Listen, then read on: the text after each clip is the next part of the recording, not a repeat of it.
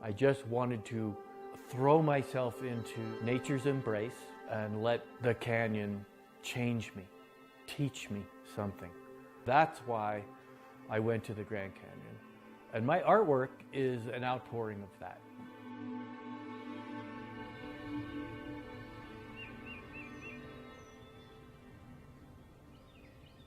I've been painting the canyon over 40 years. I've done hundreds and hundreds of oil paintings and 1,000 drawings and sketches like these. I wanted to get in a place where nature was completely in control, all the way. The Grand Canyon has been the major portion of my life's work. I randomly visited Arizona in the summer of 1969. I moved to the Grand Canyon shortly after that. I went to work for the National Park Service, taking care of their water supply, bringing in big tools and fixing a pipe. It's not a job I would have chosen, but I wanted to live in the canyon, so I did what I had to do. Deep into the canyon, very long walk. Stayed for 33 years, right there. We raised 3 children in the canyon. We did homeschool. It was hard, it was difficult, but we were able to pull it off. It was just us, there was nobody else, and for miles around. That's what it was like when our kids were growing up down there, sitting on our porch. This is right off our front porch, looking straight out. Here I'm carrying a very big painting out of the canyon. I have it strapped onto a backpack frame. It looks like a desert landscape with nothing growing down there, but that's not true. It's a very plush place, lots of water, broadleaf deciduous trees, fish, creeks, springs, giant springs, waterfalls cascading down. But you have to hike, go a long way to get to these places. You know, everybody talks about the red rocks in the canyon, and I understand that. They're beautiful. But this is a tremendous, magnificent combination of nature's display of beauty. These are true colors of the Grand Canyon as well. What in the world, what kind of a story is this rock telling us? It took me about 20 years of living in the canyon before I finally started noticing these smaller features.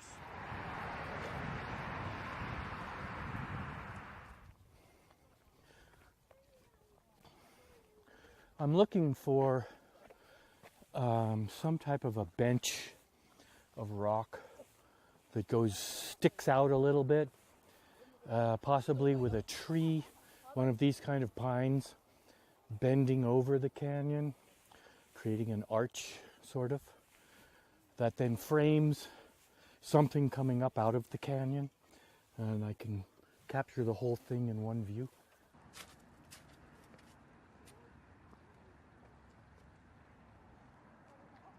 The first step to one of my oil paintings comes through direct observation. I will go back to the site, maybe even spend 3 days watching, waiting and watching, and I mean waiting. Just wait. Finally, the light emerges, the time of day is correct. The sun makes the difference for everything. You know, it gives that angling light and illuminates certain things, and other things fall into shadow and makes things stand out. Pay attention to nature, and nature will deliver for you. And if I go up to the canyon and the light is not good, I guarantee you the sketch pad does not come out of the pack.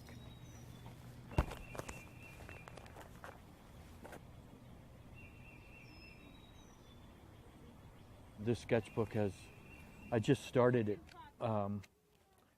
It's got a few things in it. I was just trying to frame in some thoughts here. At some point I can come back here again on a better day. The light today was just not there. This is why it takes months to get your view, to finally get your painting drawn, sketched, painted, everything. So yeah, every one of these locations means something to me. I've painted from way over there on the North Rim, on the North Rim over there, on the North Rim over there, and I've painted from everywhere around there all down along this bench, that point over there. And right over there is where I lived. 16 miles hiking from this side on the trail.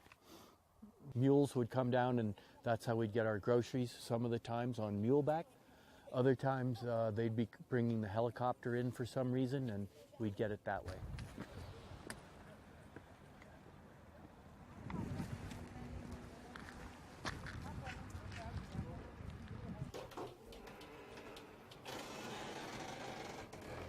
The original is 6 feet high, 9 feet long. Well, you do some really amazing work.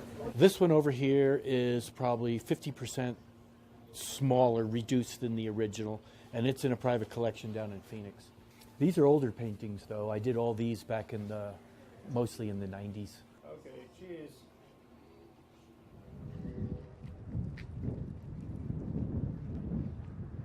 I miss it terribly, I really do.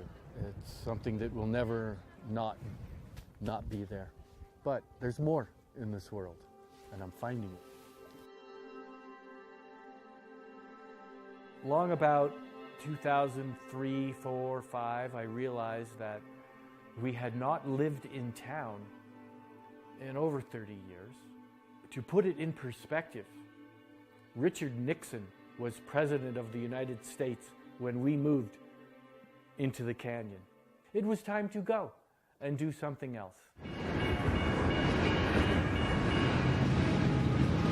Sometimes I wonder, though, was it more civilized down there in nature than actually here?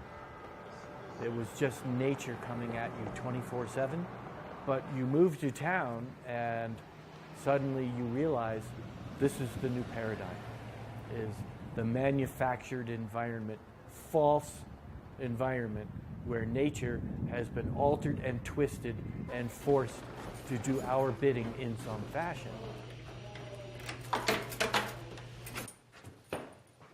But I look at the Grand Canyon now and say, I love you, I will always love you. Thank you for everything you've given me, but I have to go look at something else too.